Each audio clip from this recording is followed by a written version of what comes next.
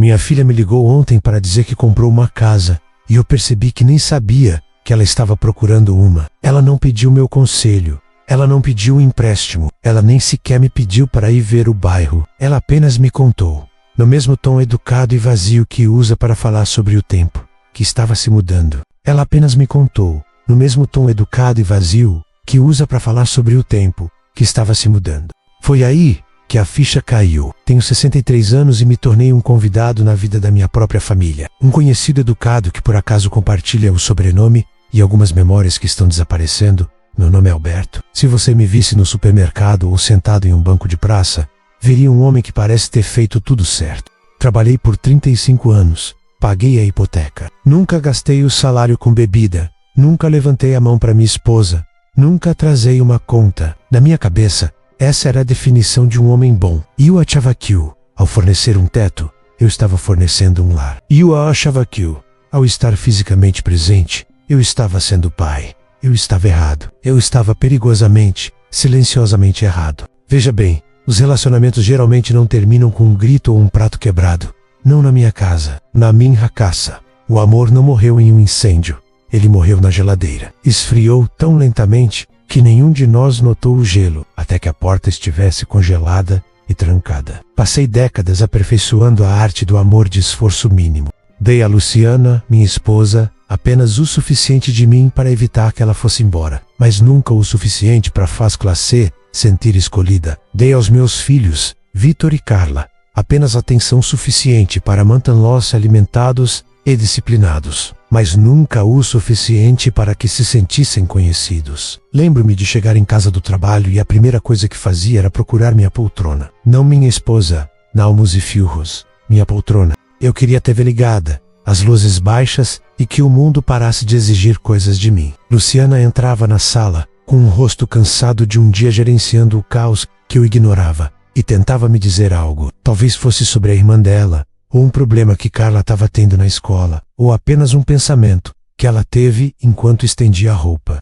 Eu olhava para a tela e dava ou um que bom, querida, ou a frase mais letal de todas: depois a gente conversa. Mas o depois era um lugar que eu nunca pretendi visitar. Era um cemitério onde eu enterrava cada oportunidade de conexão. Eu não percebia que cada vez que eu escolhia o silêncio da televisão, em vez do som da voz dela, eu estava construindo uma parede de tijolos entre nós. Um tijolo não é um problema. 10 tijolos não são um problema. Mas 20 anos de tijolos, isso é uma fortaleza. E a coisa mais aterrorizante sobre construir uma fortaleza é que, eventualmente, as pessoas do lado de fora param de tentar escalar os muros. Elas simplesmente se afastam e encontram um campo diferente para brincar. Luciana costumava ser uma mulher de muita energia e palavras profundas. Ela se sentava na beira da cama e tentava me puxar para o mundo dela. Alberto, sinto que estamos nos distanciando.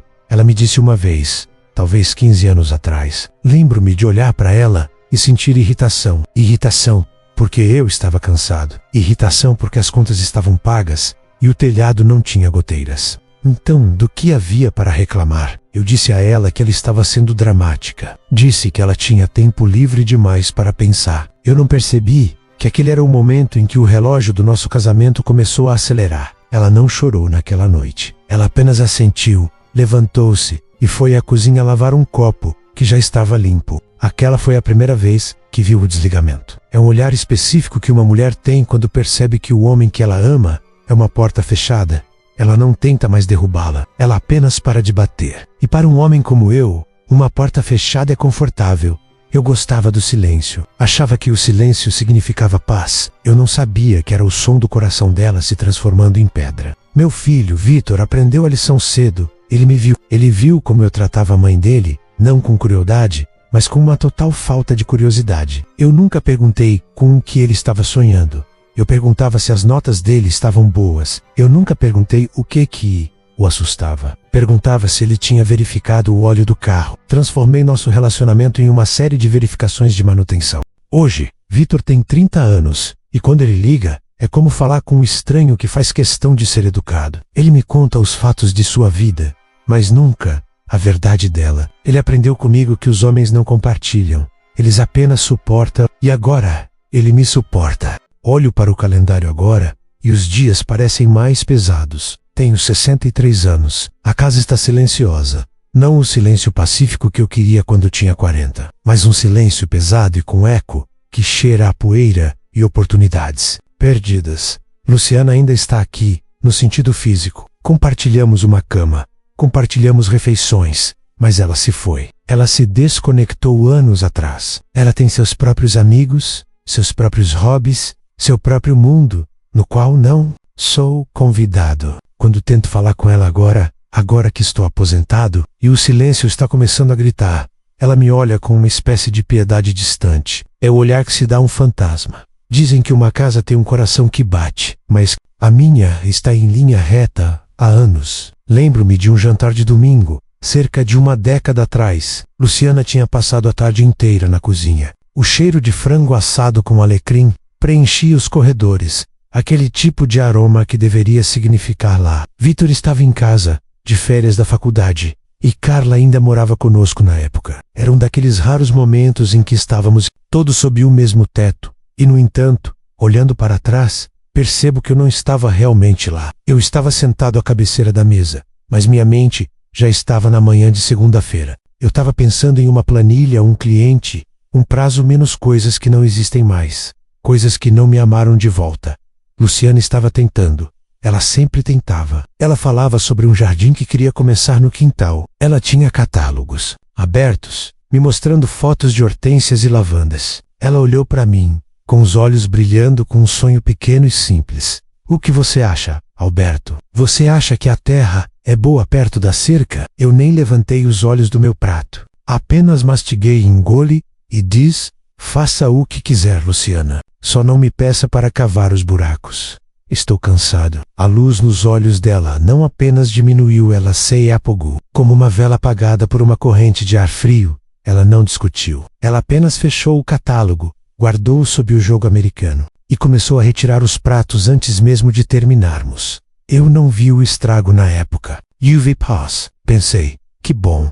Ela não vai mais me amolar com esse jardim. Eu não percebi que cada vez que eu me recusava a cavar um buraco para os sonhos dela, eu estava cavando uma cova para a nossa intimidade. Eu já tinha 63 anos em espírito, mesmo que o calendário dissesse 53, eu já estava aposentado das minhas emoções. Eu era um homem que achava que, contanto que não fosse cruel, eu estava sendo bom. Mas aprendi que a negligência é apenas uma forma mais lenta de crueldade. Ela não deixa hematomas que você possa ver no espelho. Ela deixa um espaço vazio. No peito das pessoas que te amam, Carla foi a que mais sofreu, porque era a que mais tinha esperança. Ela sempre foi a ponte da família. Ela entrava no meu escritório quando eu estava ocupado, fazendo nada de importante, e se sentava na beira da mesa. Ela me contava sobre um rapaz de quem gostava, ou um professor que a desafiava. Ela queria que eu fosse seu herói, ou pelo menos sua testemunha. E eu dei a ela o mesmo amor de esforço mínimo que dava a todos os outros. Eu balançava a cabeça, olhava para o relógio e dizia: a vida é assim, Carla. Você vai dar um jeito. Eu achava que estava ensinando-a a ser forte. Achava que estava sendo um pai estoico. Na realidade, eu estava apenas sendo um pai preguiçoso. O tic-tac do relógio de uma família não é um som alto, é o som de uma porta se fechando bem devagar. Um dia, Carla parou de entrar no escritório. Depois, parou de pedir meu conselho. Depois, parou de me dizer os nomes das pessoas com quem estava saindo. Lembro-me do dia em que percebi que ela tinha um namorado sério. Vi uma foto nas redes sociais dela, menos que a Luciana teve que me mostrar, porque a Carla não se deu ao trabalho de me contar pessoalmente. Senti uma onda de raiva. Por que ela não me contou? Luciana apenas olhou para mim, com o rosto numa máscara de indiferença calma. Por que ela contaria, Alberto? Você não ouve uma frase completa dela há 5 anos. Por que ela começaria uma conversa que sabe que você não vai terminar? Aquela foi a primeira vez que a pressão moral realmente me atingiu. Não foi uma briga, foi um diagnóstico. Luciana não estava com raiva. Ela estava apenas constatando um fato. Eu era um observador na minha própria casa. Comecei a notar que, quando eu entrava em um cômodo, a conversa não parava menos ela, apenas mudava. Eles falavam sobre coisas que não exigiam minha opinião. Eles tinham desenvolvido uma linguagem própria, um código secreto de piadas internas e preocupações, compartilhadas para o qual eu não tinha a chave. Eu era o rei de um castelo onde os habitantes tinham se mudado para o quarto dos fundos, apenas para fugir da minha frieza.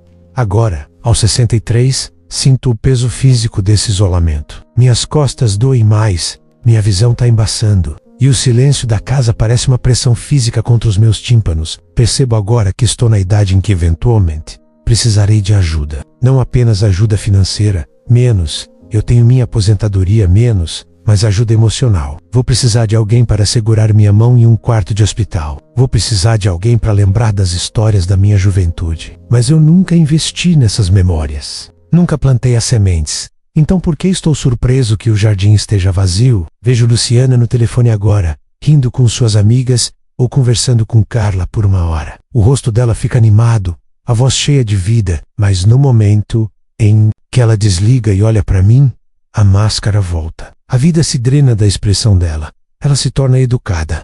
Quer chá, Alberto? Ela pergunta. É uma cortesia, não uma conexão. Ela me trata com a mesma gentileza profissional com que uma enfermeira trata um paciente difícil. Eu tenho vontade de gritar. Me desculpe, eu estou aqui agora, fale comigo. Mas as palavras parecem feitas de chumbo. Como você pede desculpas? Por 20 anos depois?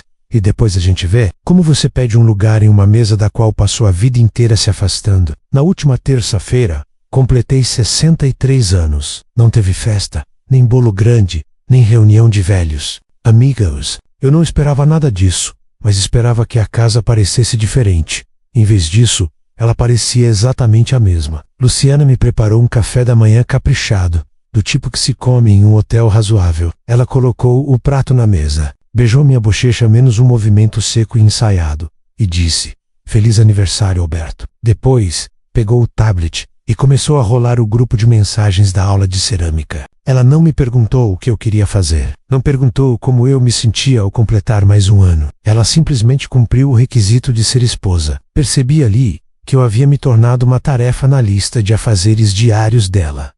O telefone tocou por volta do meio-dia. Era Carla. Senti uma faísca de esperança, um calor no peito, que não sentia há anos. Limpei a garganta, tentando soar como o pai forte, que eu costumava pensar que era. Oi, Carla, eu disse. A voz dela estava alegre, mas era aquela alegria de um atendente de telemarketing.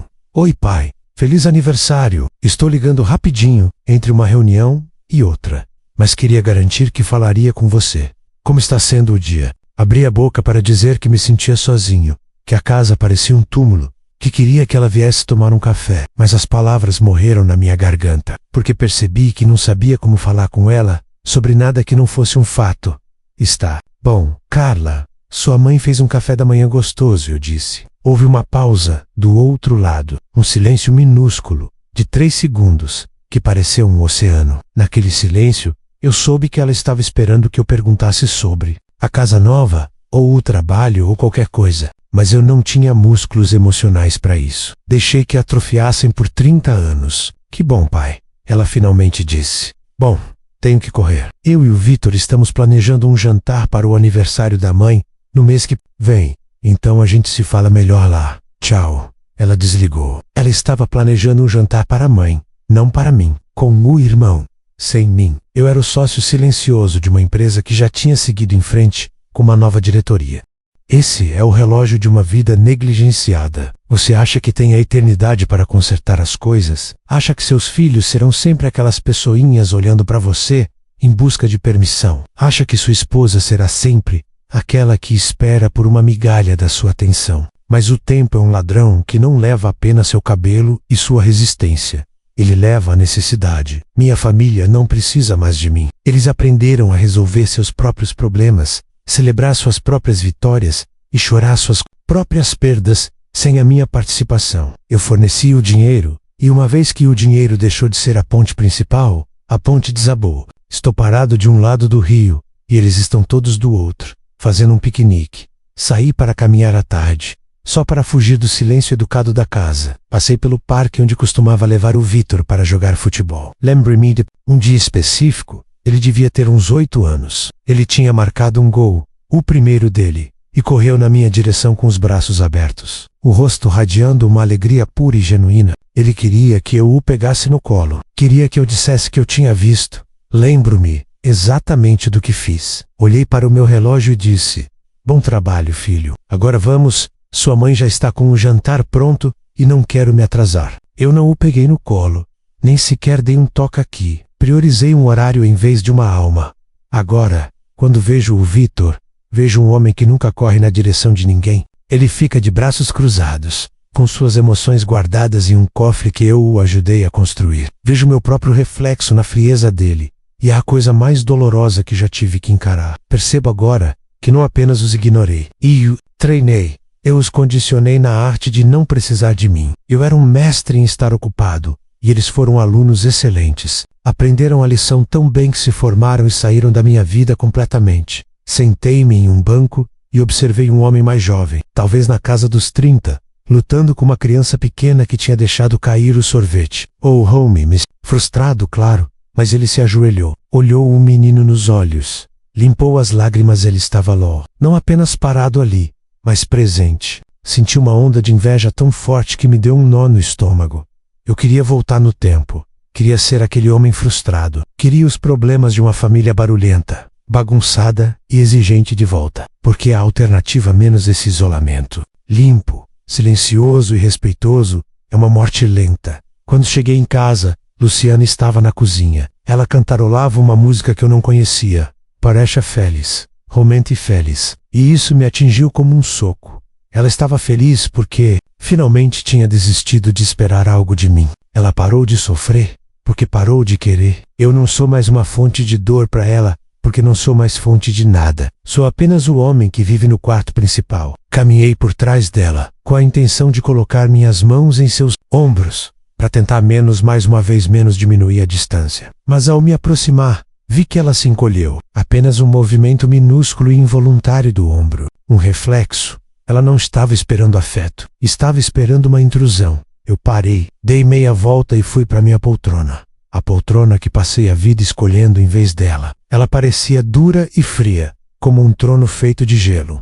Algumas semanas atrás, decidi que ia mudar tudo. Acordei com uma energia desesperada, frenética, menos o tipo de energia que um homem sente quando percebe que um navio está afundando e ele é o único que ainda não chegou ao bote salva-vidas. Fui ao supermercado, não comprei apenas as coisas de sempre. Comprei os ingredientes para o macarrão com frutos do mar, que a Luciana adorava quando nos casamos. Lembrei-me dela me dizendo uma vez, talvez 20 anos atrás, que sentia falta do jeito que o pai dela fazia. Passei a tarde inteira na cozinha, queimei o dedo, fiz uma bagunça no balcão e percebi que nem sabia onde guardávamos o escorredor de macarrão. Morei nesta casa por 3 décadas e era um estranho nas minhas próprias gavetas.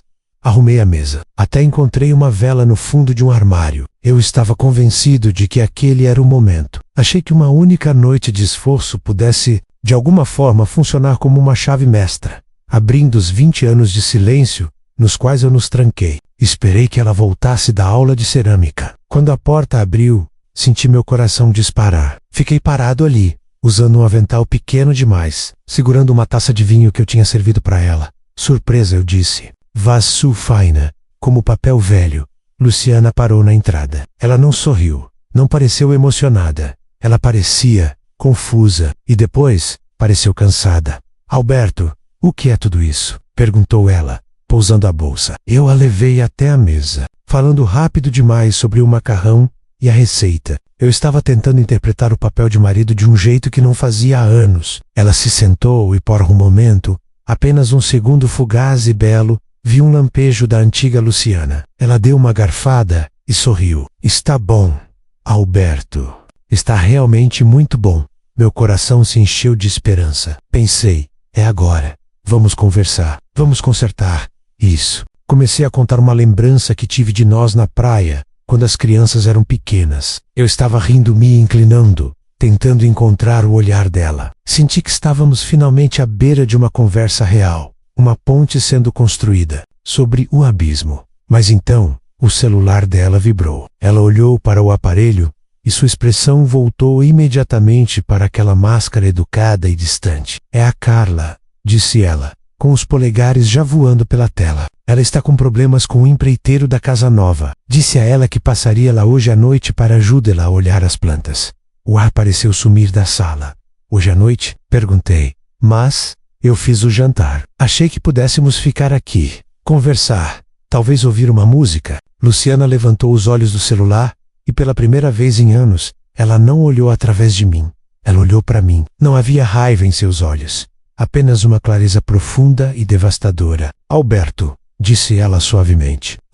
Está adorável. De verdade. E eu agradeço o esforço, mas você não pode esperar que eu cancele a minha vida porque você decidiu de repente aparecer para a sua. A Carla precisa de mim. Ela precisa de mim há muito tempo. E eu aprendi que tenho que estar lá por ela porque por 20 anos eu fui a única que esteve. Ela se levantou, levou o prato até a pia e o enxagou. Não deixou para eu lavar. Ela não queria a dívida de um favor. Coma o resto, Alberto. Tá bom, volto tarde. E então, ela se foi. A porta se fechou com aquele clique suave e definitivo que passei a temer. Fiquei ali sentado à luz de velas, cercado pelo cheiro de alho e pelo peso esmagador do meu próprio fracasso. Aquele foi o meu momento de falsa esperança. Percebi que não se cura uma seca com um único copo de água. Passei anos deixando o solo de nossas vidas virar poeira e agora estava surpreso que as flores não crescessem só porque finalmente decidi regá-las. O relógio não era mais apenas sobre a minha idade, era sobre o fim da paciência deles. Eles não me odiavam. O ódio é uma emoção ativa, requer energia. Eles estavam apenas fartos. O silêncio que se seguiu foi diferente dos anteriores. Não era o silêncio de uma conversa ignorada. Era o silêncio de um teatro vazio depois que a peça terminou. Olhei para a vela tremeluzindo até apagar e percebi que minha família tinha construído uma vida linda e vibrante para si. Uma vida que funcionava perfeitamente bem sem mim. Eu era peça de mobília antiga que ninguém queria jogar fora por valor sentimental, mas na qual ninguém mais se sentava porque era desconfortável demais. Tenho 63 anos e finalmente entendi que a coisa mais cara do mundo não é uma casa ou um carro, é o tempo, especificamente, o tempo que você acha que terá depois. Troquei todos os meus depois por um agora silencioso, confortável e solitário. Olho para as minhas mãos, e elas são as mãos de um homem que trabalhou duro para dar tudo o que sua família precisava, exceto a única coisa que eles realmente queriam. Ele mesmo, à noite do jantar de aniversário da Luciana, chegou como uma frente fria para a qual eu não estava preparado. Não foi na nossa casa. Vitor e Carla organizaram tudo em um pequeno bistrô sofisticado no centro. O tipo de lugar que eu costumava evitar porque achava os menus pretensiosos e as cadeiras desconfortáveis. No passado, eu teria reclamado, teria feito algum comentário sobre o preço do vinho ou sugerido ficarmos em casa e pedir uma pizza. Mas naquela noite, fiquei de boca fechada. Segui Luciana até o carro como uma sombra. Estava apavorado com a ideia de que, se eu demonstrasse o menor descontentamento, convite pudesse desaparecer. Quando entramos no restaurante, Vitor e Carla já estavam lá. Eles se levantaram simultaneamente, os rostos se abrindo em sorrisos idênticos e genuínos, que eu não via direcionados a mim há anos. Abraçaram a Luciana com uma intensidade que apertou minha garganta. Eles asseguravam, sussurrando coisas que eu não conseguia ouvir, rindo de piadas das quais eu não fazia parte. Quando chegou minha vez, recebi a versão educada. Um aperto de mão firme do Vitor. Um beijo breve e superficial no rosto da Carla. Foi o equivalente físico de um sentamos. E o abismo entre nós tornou-se impossível de ignorar. Vitor e Carla começaram a falar sobre a semana deles, seus investimentos compartilhados, uma viagem que planejavam fazer juntos com a Luciana para Portugal. Fiquei ali, com as mãos cruzadas sobre a toalha de mesa branca, sentindo-me como parte do cenário de fundo. Percebi que eles não estavam sendo cruéis comigo, não estavam me ignorando por rancor. Era pior do que isso. Eles estavam me ignorando por hábito. Para eles, eu era o homem que não queria ser incomodado. Então eles simplesmente pararam de me incomodar. Exigi silêncio por 30 anos, e agora eles estavam me dando silêncio em abundância. Em certo momento, Carla mencionou uma lembrança de infância menos uma vez que ficaram acordados até tarde, durante uma queda de energia, contando histórias à luz de velas. Lembra como a mãe fez aquelas cabanas dentro de casa com lençóis? Ela riu, cutucando o Vitor. Vitor assentiu, com os olhos brilhando, e ela ficou acordada com a gente até às 3 da manhã, mesmo tendo que trabalhar no dia seguinte. Limpei a garganta, tentando encontrar uma brecha. Eu lembro disso, eu disse. minha voz soando mais alta do que eu pretendia. Eu saí para comprar as pilhas extras para as lanternas. A mesa ficou em silêncio. Eles olharam para mim, não com raiva, mas com uma espécie de leve surpresa, como se um móvel tivesse subitamente começado a falar. Verdade, disse Victor, com a voz plana.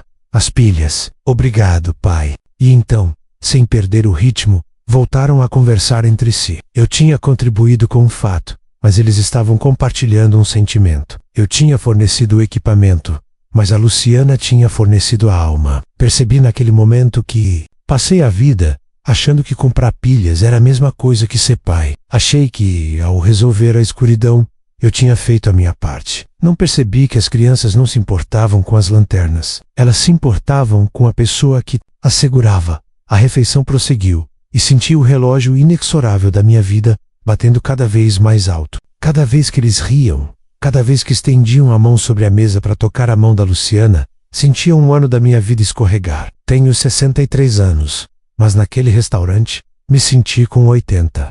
Senti-me antigo e obsoleto.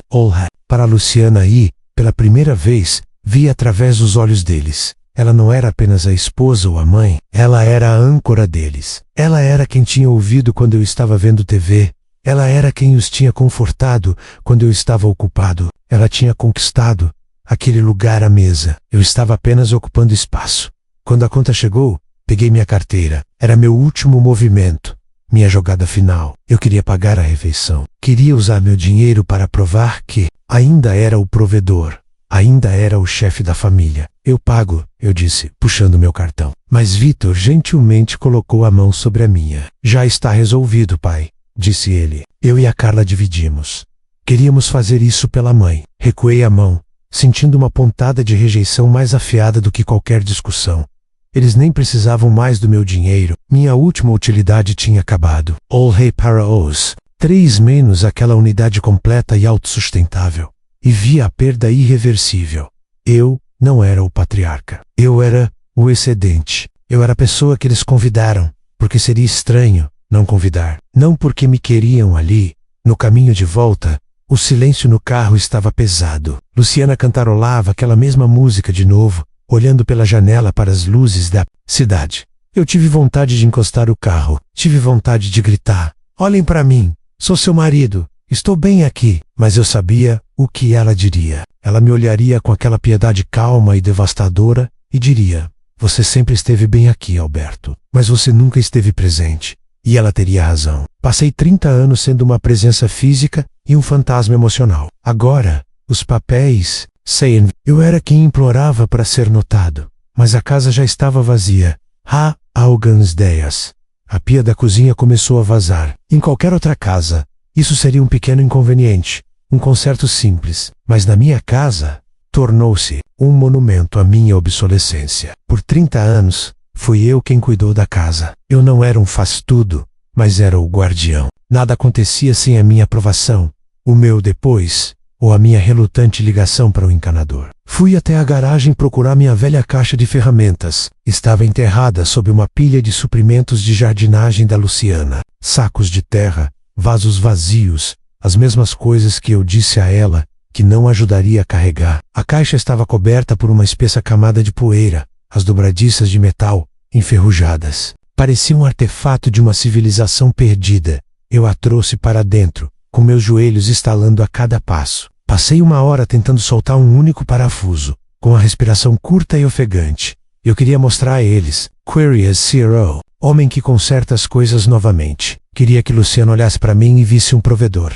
não um inquilino. Mas, enquanto eu lutava debaixo da pia, a porta dos fundos se abriu. Era o Victor. Ele não bateu. Ele tem sua própria chave. Agora, uma chave que não me lembro de ter dado a ele. Ele entrou na cozinha com uma bolsa de aparência profissional no ombro. Pai, o que você está fazendo? Ele perguntou. A voz dele não era de deboche. Era pior. Era de preocupação. O tipo de preocupação que se tem com uma criança brincando com algo afiado. A pia está vazando, resmunguei, com o rosto vermelho. Pelo esforço. Estou consertando. Victor ficou parado por um momento. Depois suspirou suavemente. Pai, a Carla me falou disso há 2 dias. Eu já chamei um rapaz. É um amigo meu. Encanador. Ele vai passar aqui hoje à tarde. Não precisa ficar aí no chão. Isso faz mal para suas costas. Eu me sentei, batendo a cabeça no cano. Eu consigo fazer, Victor.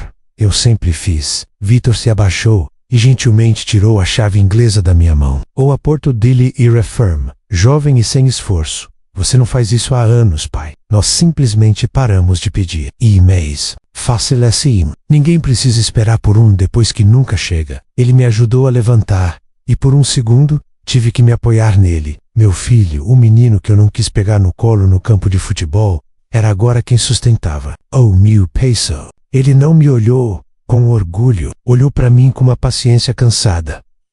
Vai sentar na sua poltrona, pai. Eu cuido disso. Vou esperar. O encanador. A mãe saiu para o clube do livro de qualquer jeito. Caminhei até minha poltrona, que passei a vida defendendo. E enquanto me sentava ali, percebi que não me incomodar tinha se tornado o principal objetivo da família. Eles passaram tantos anos ouvindo que eu estava cansado, ou ocupado, ou que conversaríamos depois, que finalmente atenderam ao meu desejo. Estavam me deixando em paz. Completamente.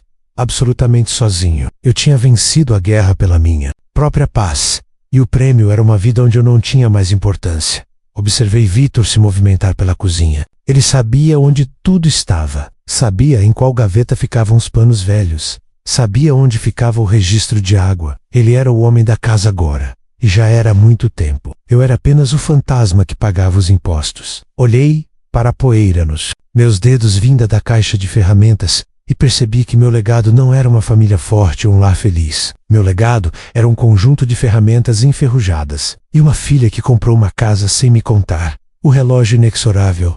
Não, é apenas sobre morrer. É sobre o momento em que você se torna invisível, enquanto ainda está respirando. Tenho 63 anos e sou transparente. Eu os vejo, mas eles veem o espaço onde costumava haver um pai. Eles preencheram esse espaço uns com os outros. Come, amigos. Com trabalho e com uma independência silenciosa e eficiente que não tem lugar para um homem que só oferece o esforço mínimo. Eu costumava pensar que era o sol em torno do qual todos giravam. Agora percebo que eu era apenas uma lua fria e distante. E todos eles encontraram uma nova estrela para manter-nos aquecidos. Carla finalmente nos convidou para ver sua casa nova. No último domingo, passei a semana inteira sentindo uma energia estranha, um nervosismo. Eu queria chegar com algo significativo. Passei horas em uma loja de artigos de luxo para casa, olhando máquinas de café caras e luminárias de design. Eu queria comprar de volta a gratidão dela. Query a ela uma caixa que dissesse: eu sou seu pai e eu provejo. Acabei escolhendo um conjunto de facas profissionais de alta qualidade. Eram pesadas, afiadas e caras. Uma ferramenta para um lar que deveria durar. Imaginei ela abrindo, olhando para mim com os olhos arregalados e percebendo que eu ainda tinha algo a oferecer. Quando chegamos, a casa já estava cheia de vida. Não era um open house tradicional. Era apenas uma tarde de domingo. Victor estava lá, já no pátio, assando carne. Luciana foi direto para a cozinha, carregando uma sacola de compras que ela claramente havia coordenado com a Carla antes. Elas se moviam pelo espaço como uma máquina bem lubrificada. Carla me cumprimentou com um sorriso educado e um abraço rápido. Que bom que você veio, pai, disse ela, antes que sua atenção fosse imediatamente desviada por uma pergunta da mãe sobre onde ficavam as travessas de servir.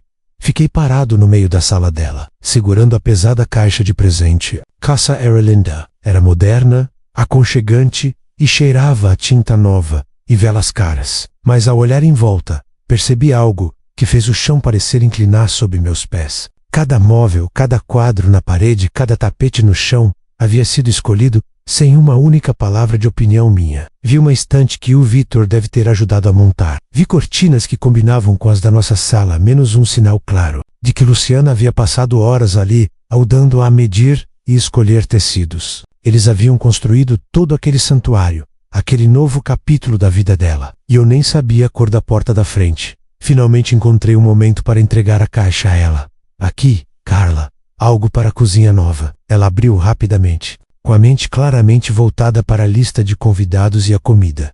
Quando viu as facas, ela parou. Pai, elas são muito bonitas. Obrigada.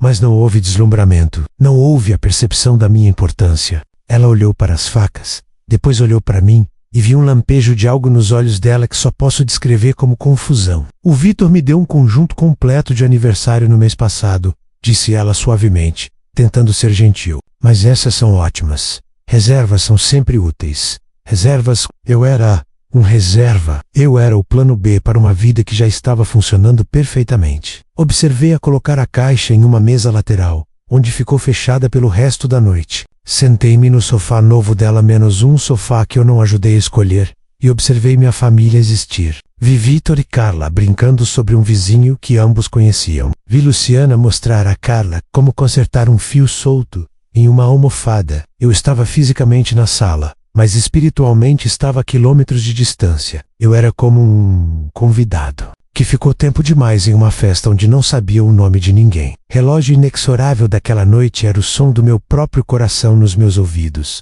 Senti uma dor súbita e aguda no peito, não um ataque cardíaco, mas uma pontada de solidão tão intensa que parecia física. Percebi que meus filhos não eram mais crianças, eram adultos com suas próprias redes, seus próprios gostos e sua própria família escolhida. E nessa hierarquia, eu estava lá embaixo. Passei a infância dele sendo o grande homem que não tinha tempo para suas pequenas histórias, e agora eles não tinham tempo para meus grandes gestos. Tentei puxar conversa com o Vitor sobre o carro dele, mas ele me deu uma resposta curta, e logo se virou para Carla para perguntar sobre as taxas de hipoteca que ela tinha conseguido. Eles estavam falando sobre as coisas reais, dinheiro, futuro, medos, e estavam falando sobre isso entre si. Eles não vinham até mim em busca da sabedoria paterna que eu achava que estava guardando. Eles haviam encontrado essa sabedoria uns nos outros e na mãe. Passei 30 anos sendo autoridade e agora me encontrava em um mundo onde minha autoridade não tinha valor. Eu era um rei sem reino, segurando um conjunto de facas que ninguém precisava usar.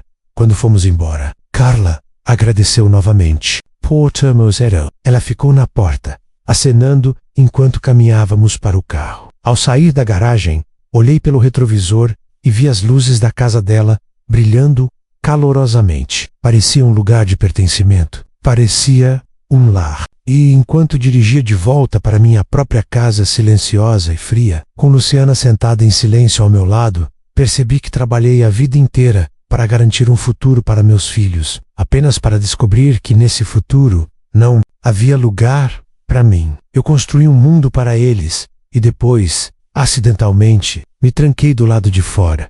O caminho de volta da casa da Carla foi os 40 minutos mais longos da minha vida. Luciana não disse uma palavra. Ela encostou a cabeça na janela, observando as luzes da rua passarem por seu rosto, com uma expressão ilegível. Eu ficava olhando para ela, esperando uma abertura, uma pequena rachadura no vidro, onde eu pudesse inserir uma pergunta ou um comentário. Mas não houve nada. Quando chegamos em casa, a casa parecia mais fria do que o normal. Entrei na cozinha e vi a caixa de facas caras em cima do balcão. Eu as trouxe de volta. Carla insistiu, dizendo que não queria que fossem desperdiçadas. Já que ela já tinha um conjunto, fique com elas, pai.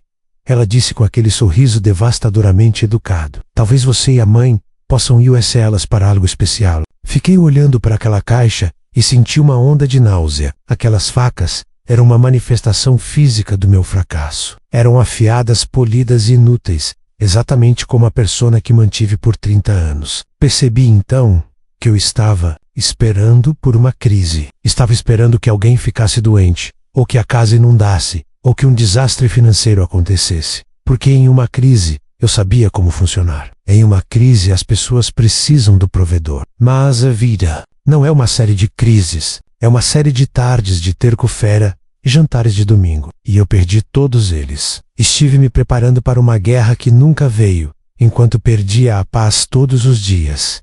Naquela noite, não consegui dormir. Deitei na cama ao lado de Luciana, ouvindo o ritmo constante da respiração dela. Ocorreu-me que eu nem sabia mais com o que ela sonhava. 10 anos atrás, ela costumava falar dormindo. Murmurava nomes de flores ou lugares que queria visitar. Agora, ela ficava em silêncio. Até o subconsciente dela tinha parado de tentar se comunicar. Levantei-me e fui para a sala sentando-me na minha poltrona no escuro. Meus joelhos doía. Uma dor latejante e persistente, que me lembrava que eu não era mais o homem que podia correr mais que o tempo. Olhei para minhas mãos ao luar. Estavam manchadas pela idade, a pele afinando como pergaminho. Eu tinha 63 anos e, pela primeira vez, senti o relógio inexorável não como uma metáfora, mas como uma realidade biológica. Meu tempo estava acabando e eu não tinha ninguém com quem compartilhar os segundos restantes. Na manhã seguinte, tentei fazer algo diferente. Geralmente, espero a Luciana fazer o café, espero ela arrumar a mesa. Mas naquela manhã, levantei cedo, movimentei-me silenciosamente, tentando navegar pela cozinha sem acordá-la. Queria deixar o café da manhã pronto, queria surpreendê-la, com um gesto que não envolvesse um cartão de crédito. Mas, quando fui pegar os filtros de café, minha mão escorregou. O pote de cerâmica se estilhaçou no chão, o pó branco se espalhando como neve pelo azulejo. Fiquei ali, paralisado, olhando para a bagunça. Era uma coisa tão pequena, mas senti que ia desabar. Luciana apareceu na porta um momento depois, com o roupão bem fechado. Ela não parecia brava, nem sequer parecia irritada. Apenas olhou para o chão, depois para mim, e suspirou. Tudo bem, Alberto. Eu limpo. Vai se sentar? Não, eu disse, com a voz embargada.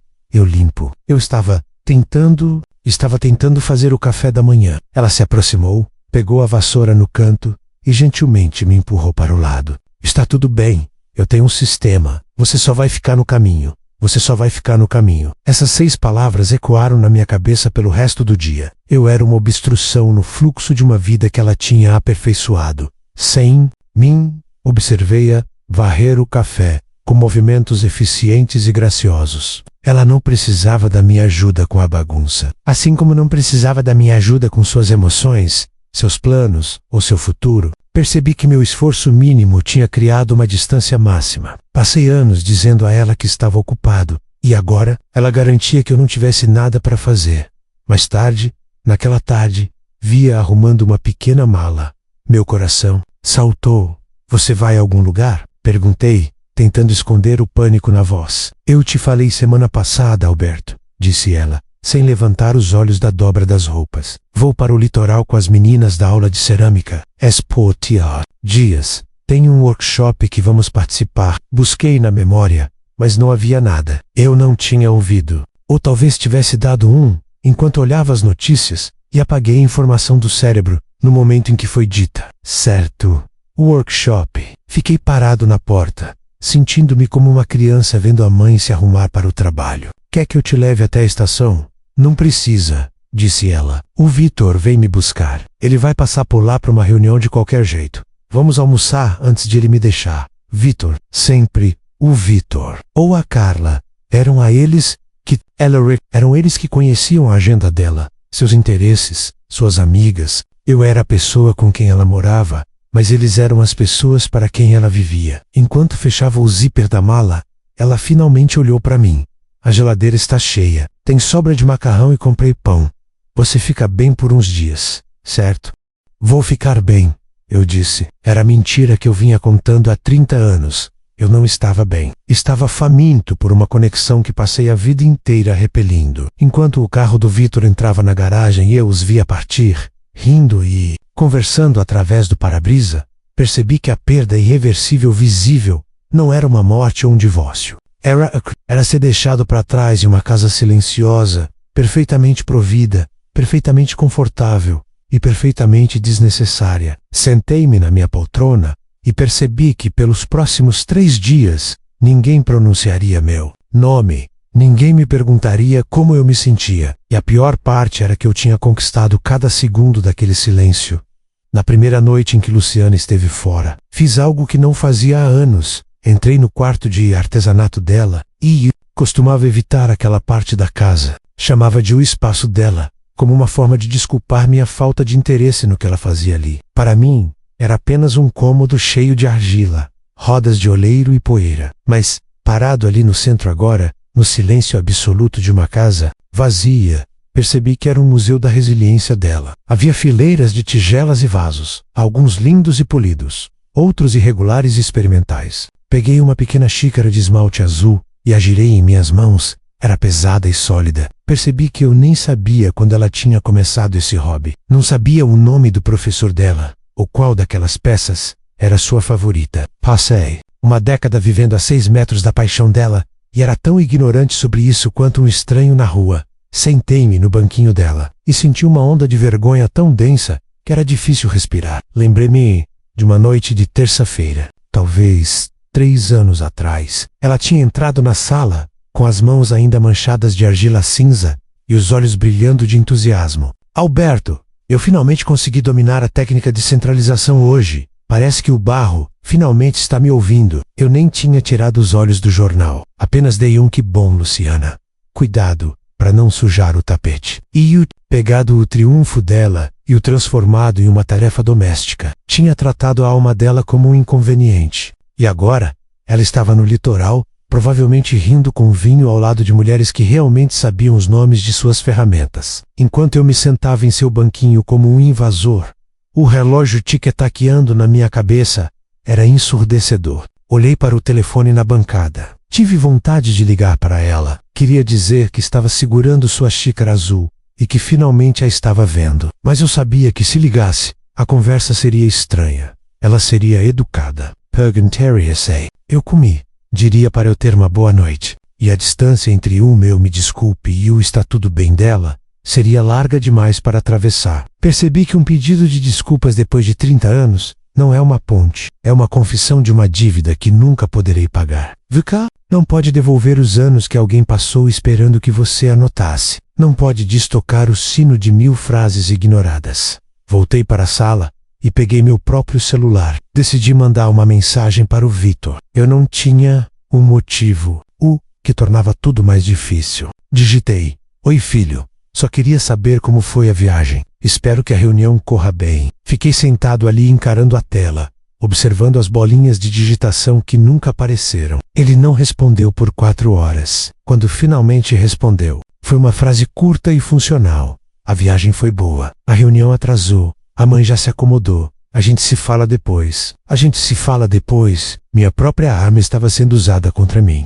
Passei a infância inteira dele dizendo que conversaríamos depois. E agora ele era um mestre na frase. Ele não estava sendo rude, estava sendo eficiente. Estava me dando exatamente o que eu tinha modelado para ele. Eu o ensinei que a comunicação era uma transação, algo a ser terminado o mais rápido possível, para que pudéssemos voltar a ficar confortáveis. Agora, eu era quem ficava segurando a transação vazia, percebendo que o depois finalmente havia chegado, e eu não tinha nada a dizer que ele quisesse ouvir.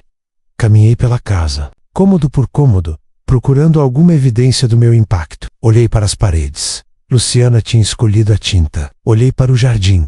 Vitor tinha cortado a grama. Olhei para as fotos na estante. Na maioria delas, eu estava ausente ou parado no canto, parecendo rígido e impaciente para voltar a qualquer coisa importante que estivesse fazendo. Eu era um fantasma na minha própria história. Eu tinha fornecido o palco, a iluminação e os figurinos, mas me recusei a entrar na peça. Agora, os atores estavam encenando seu ato final, e eu era apenas um rosto no fundo de um teatro escuro, assistindo a uma família que ajudei a criar, mas da qual nunca realmente fiz parte. Percebi que meu maior erro não foi a falta de amor. Eu os amava, do meu jeito frio e distante. Achei que estava sendo uma rocha, mas uma rocha não cresce, uma rocha não ouve. Uma rocha apenas fica ali, até que o tempo a desgaste. Até não sobrar nada. Eu fui uma rocha, e minha família foi um rio. Eles fluíram ao meu redor, esculpindo seu próprio caminho, suavizando suas bordas contra minha dureza, até que finalmente encontraram um jeito de passar por mim completamente. Agora o rio estava a quilômetros de distância, e eu era apenas uma pedra sentada em um leito seco, perguntando-me, para onde foi toda a água? Tenho 63 anos, e passei a vida construindo uma fortaleza de conforto. HAQ, sem nada, estivesse quebrado, então tudo estava bem. Não percebi que o silêncio é o som das coisas quebrando silenciosamente. Não percebi que quando uma mulher para de reclamar, não é porque está feliz menos, é porque ela desistiu. Olhei para a porta da frente, por onde Luciana passou com um sorriso no rosto, e percebi que ela não estava apenas fazendo uma viagem, ela estava treinando para uma vida sem mim. E a parte mais aterrorizante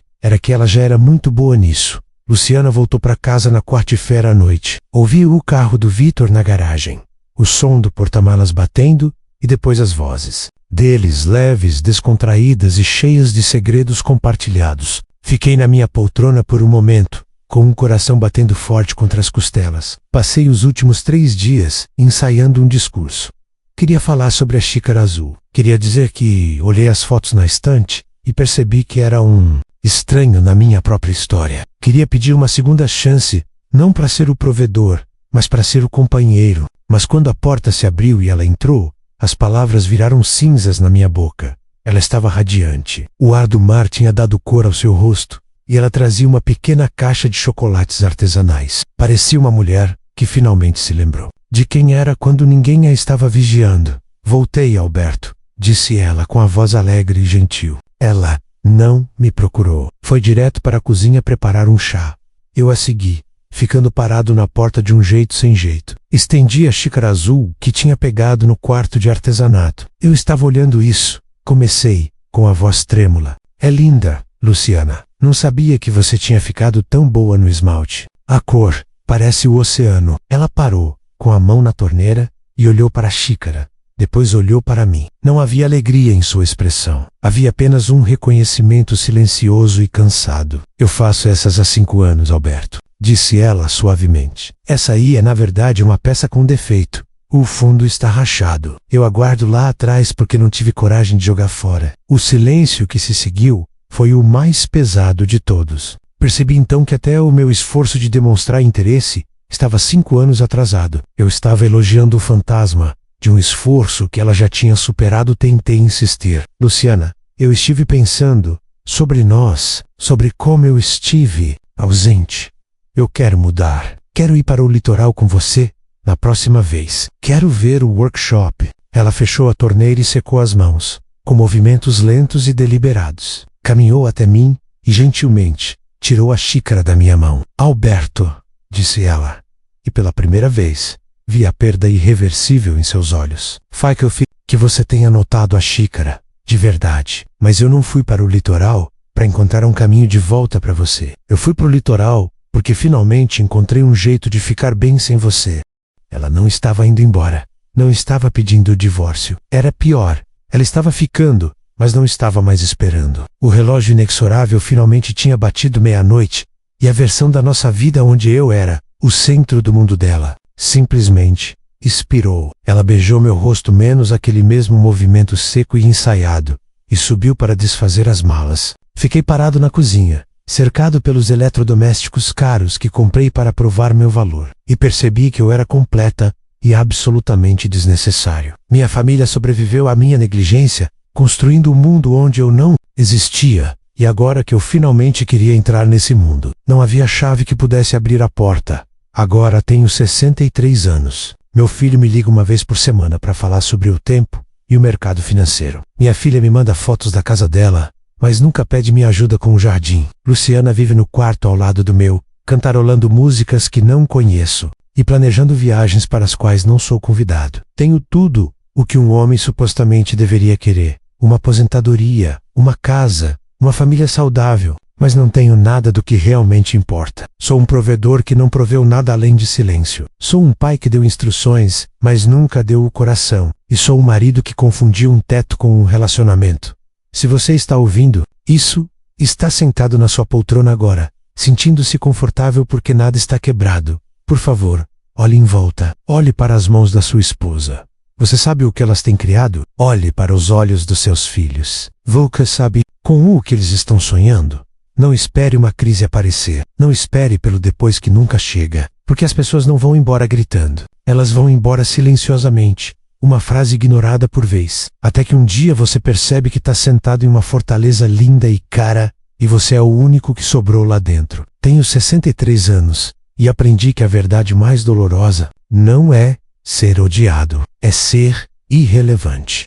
Olhando para a jornada do Alberto, fica claro que seu maior erro não foi um único ato de traição, mas 1000 pequenos atos de ausência. Ele construiu uma casa, mas esqueceu de construir um lar. Ele proveu as necessidades materiais, mas ignorou as almas de quem amava. Esta história reflete uma realidade que muitos de nós enfrentamos: o perigo da negligência confortável. Muitas vezes pensamos que, contanto que não estejamos causando dor, estamos fazendo o suficiente, mas o amor é uma escolha ativa, um compromisso diário de estar presente. O arrependimento do Alberto é um espelho para qualquer um que já disse depois para alguém querido. Se você estivesse no lugar do Alberto agora, sabendo que as pessoas que você ama seguiram em frente sem você, qual seria a única coisa que você diria a elas? Você já sentiu essa distância silenciosa crescendo em sua própria casa? Convido você a compartilhar seus pensamentos e experiências nos comentários. Vamos conversar sobre como diminuir esses abismos antes que o silêncio se torne permanente.